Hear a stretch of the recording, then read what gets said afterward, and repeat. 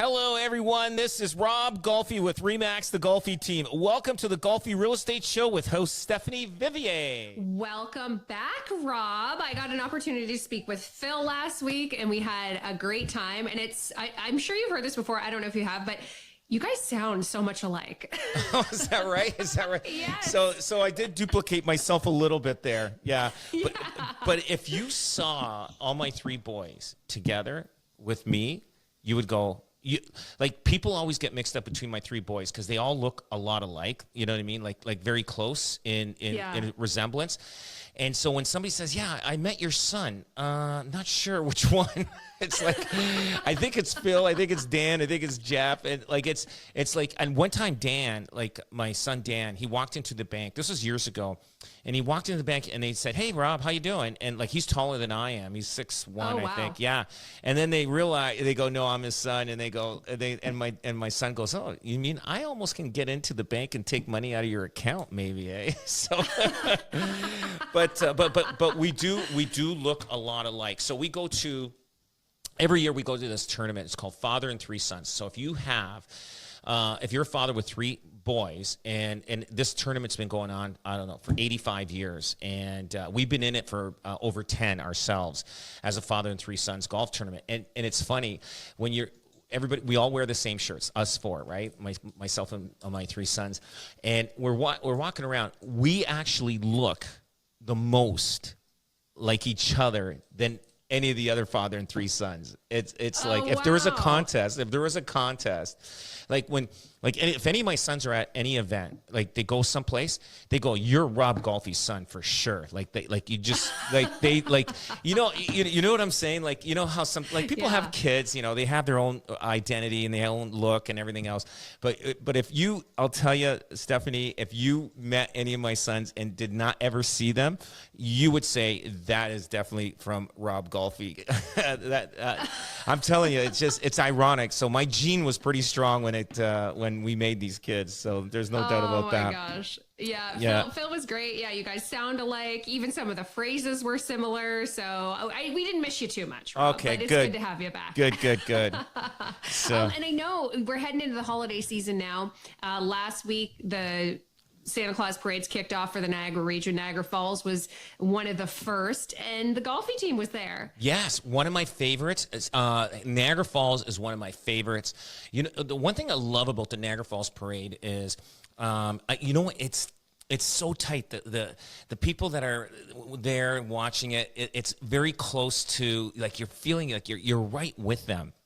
And it's amazing, and I feel like it's just great. And you know what the nice thing about it is? I see a lot of my friends waving. I shake their hand as I stand on the float, and they come up to me, "Hey Rob, like, how's that?" And I grew up in Niagara Falls, right? So that's kind of my where I was born and raised. So, but it's nice to see a lot of old friends, and I just think the Niagara Falls parade is probably.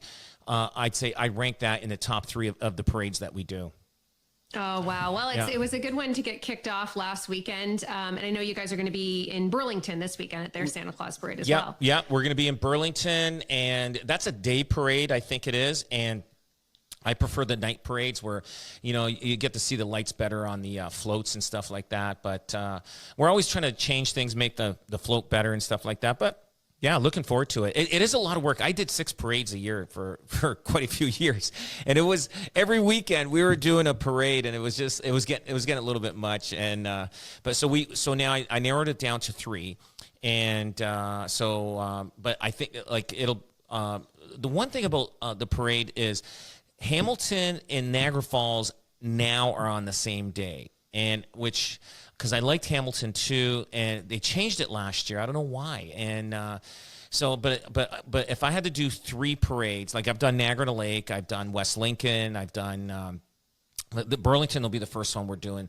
but I've done a lot of. But the Hamilton, Niagara Falls, and Grimsby are my 3 would be my 3 favorites. Grimsby's really good. A lot of people show up for that. It's very tight along the when we're driving through. It's good. A lot of people are there that I know. It's amazing. But yeah, parades are a lot of fun, and the kids love it. We're looking at possibly thinking of doing maybe get some video of the side and how people react when they see the float. So we're working on something like that to do. So, but hopefully that works out. We'll keep an eye on your social media channels for that, for sure. Awesome. All right. In the meantime, you are pretty busy, not maybe as busy as Santa Claus getting around, but you've been doing some recent home evaluations, and you were down in Chippewa working on one recently. Yes. So this is like when we go on an evaluation, right? I find that a lot of people don't understand why we're there. They're like a lot of people do understand our value. They understand our resources and our reach and everything, that we can get more activity done on their listing. But a lot of people just look at it as just, okay, what price do you want to list it for? And you have all these resources, and they forget about that, and they're just looking at a price.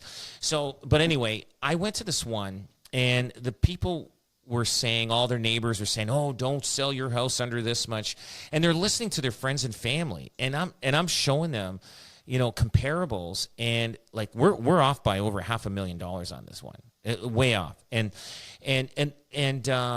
they were looking at me, and I said, and then they said, did you tell other realtors that you were coming here?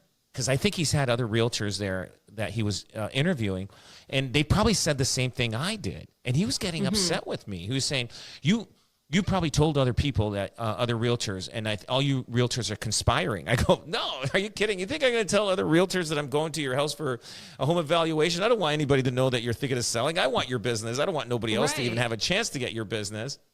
Yeah. And he was kind of saying that, but the one thing I did say to him, I go, listen, what's the most important thing you're looking for in a realtor when your house is up for sale, when we put your house up? He goes, honesty and transparency. I go, okay, no problem. I go, you got the right guy for that, because I have no problem, saying to him what the value is. Now, the way I operate is I tell him, here's what the market's showing. And he didn't care what the market was showing. He goes, we're looking for a Toronto guy that's going to overpay for this house. He didn't say overpay, but we're looking for somebody in Toronto to overpay for this house.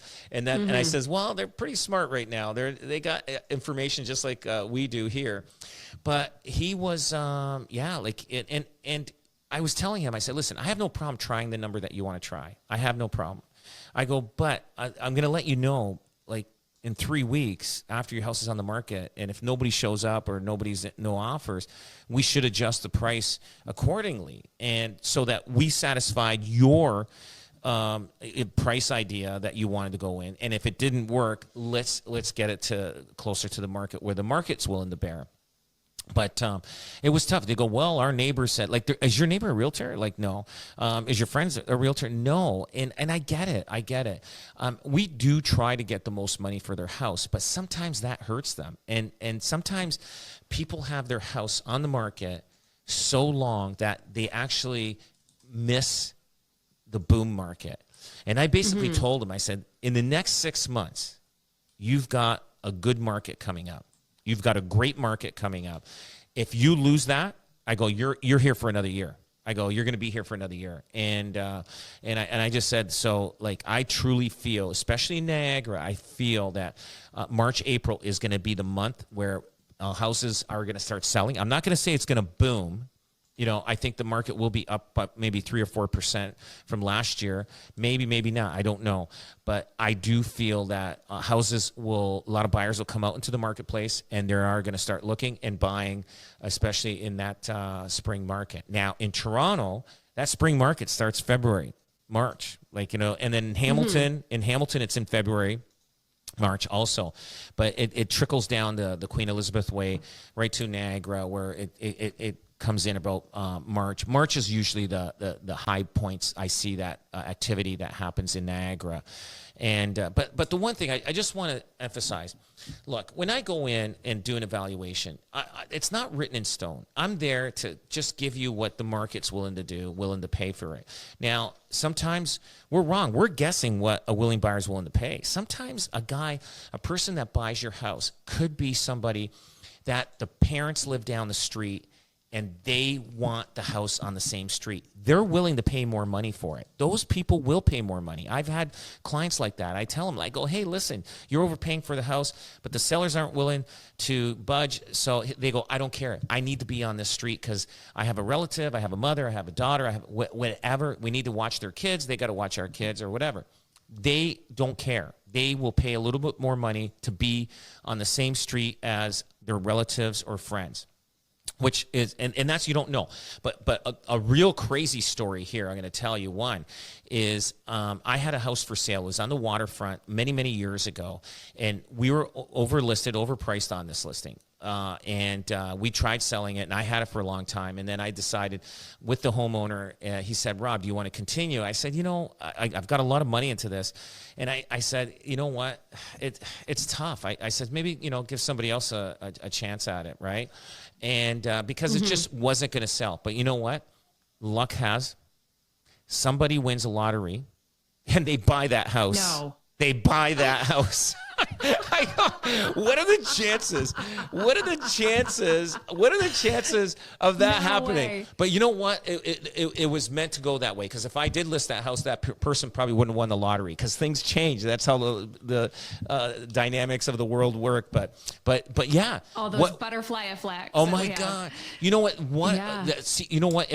If I did take that listing another 6 months, I probably would have sold it. But guess what? The lottery winners, you hear them. They always, spend all their money within 7 to 10 years. It's usually gone because it's unearned money. It's free money. It came in, so it's easier to spend. So these people, they bought that house. They didn't live there very long. They renovated it. They put a fortune into it. They bought the property next door. They ended up losing money on this house. And they bought another one. They ended up losing money on this house. And I don't know where they're at now financially with them losing money every time they bought real estate, because they were over improving it. They were gutting houses that didn't need to be gutted. Hey, when you got $7 million and you win $7 million, life is easy. Life is good for the next 7 years or more. But then after that, once you start seeing it's going, you'll feel the pocketbook. You're going, oh boy, not only did I won money, but I'm losing money on every sale that I make. So they get nervous, especially in their final years of whatever money's left. But the one thing is you don't know when that buyer's going to come and pay that. If you've got the time, and this guy had the time that lived on the waterfront, and he got lucky. He got lucky as the seller. The agent got lucky as the agent that sold it, and the agent that brought the offer and got lucky, and so did the buyer get lucky. So there's about 4 or 5 people there that got lucky. I was the only one that was unlucky on that deal. So, but it's okay. I got lucky on other deals down the road, so I'm okay. I'm not too worried about it. But the thing is, unless somebody's going to win a lottery and want your house specifically, it's tough. Sometimes, I was just looking at one house just now, and they've been on the market for, it's got to be 3 years. 3 years. They missed the high market because they overlisted. And they started close to $3 million. Right now, they're down to $2 million. That house is a $1.7 million house. And they're going to find that out. They're down. They're just chasing it, and they just stubborn. I guess they don't have to move. I think they do own another property, but they're just stubborn on that price. And it's been 3 years. It's 3 years. So they actually missed the big market, and their number they want was the market. Their best chance was in 2022. They should have, but they overlisted it in 2022. Even the greatest market in the world, which we had in 2021 and 2022, if you overlist, nobody's going to touch it. So you got to be very, very careful. Always an interesting conversation with you, Rob. Thank you so much for joining us today. And if you want to find out more about Rob and his team, it's robgolfi.com. Give them a call as well, 905-641-0308. And just like Santa, 365 days, no days off for this guy, right? That's right. That's right. Thank you, Rob. Thank you. This has been the Golfi Real Estate Show, and I'm Steph Vivier. This is News Talk 610 CKTV.